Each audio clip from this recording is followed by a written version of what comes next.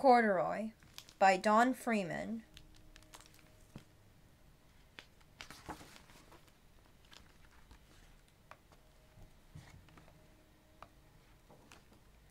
Corduroy is a bear who once lived in the toy department of a big store.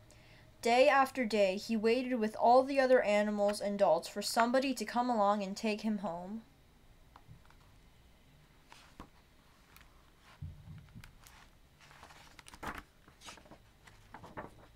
The store was always filled with shoppers buying all sorts of things, but no one ever seemed to want a small bear in green overalls. Then one morning a little girl stopped and looked straight into Corduroy's bright eyes. "Oh, Mommy," she said, "look, there's the very bear I've always wanted." "Not today, dear," her mother sighed.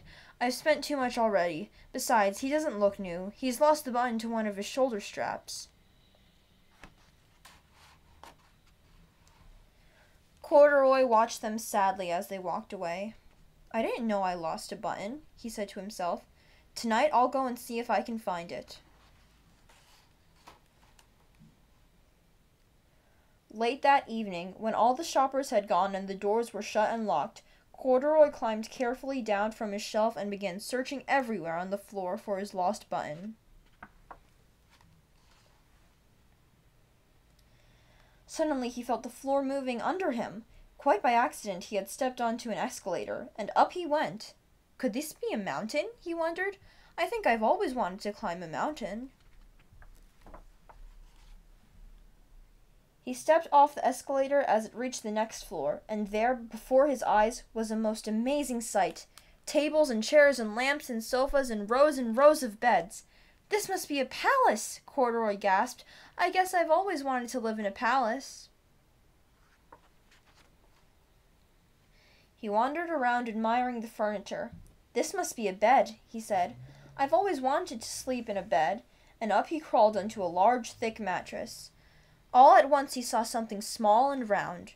"Why, here's my button!" he cried, and he tried to pick it up, but like all the other buttons on the mattress, it was tied down tight. He yanked and pulled with both paws until pop! Off came the button, and off the mattress Corduroy toppled, bang, into a tall floor lamp. Over it fell with a crash. Corduroy didn't know it, but there was someone else awake in the store. The night watchman was going his rounds on the floor above. When he heard the crash, he came dashing down the escalator. "Now, who in the world did that?" he exclaimed. "Somebody must be hiding around here."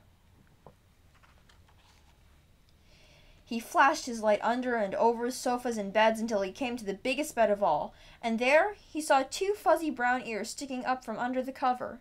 "Hello," he said. "How did you get upstairs?"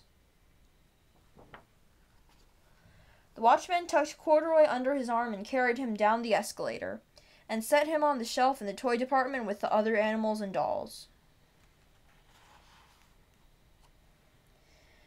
Corduroy was just waking up when the first customers came into the store in the morning, and there, looking at him with a wide, warm smile, was the same little girl he'd seen only the day before. "I'm Lisa," she said, "and you're going to be my very own bear. Last night I counted what I've saved in my piggy bank, and my mother said I could bring you home." "Shall I put him in a box for you?" the saleslady asked. "Oh, no, thank you," Lisa answered, and she carried Corduroy home in her arms. She ran all the way up 4 flights of stairs into her family's apartment and straight to her own room. Corduroy blinked. There was a chair and a chest of drawers, and alongside a girl-sized bed stood a little bed just the right size for him. The room was small, nothing like that enormous palace in the department store. "This must be a home," he said. "I know I've always wanted a home." Lisa sat down with Corduroy on her lap and began to sew a button on his overalls. "I like the way you are," she said, but you'll be more comfortable with your shoulder strap fastened." "You must be a friend," said Corduroy. "I've always wanted a friend." "Me too," said Lisa, and gave him a big hug.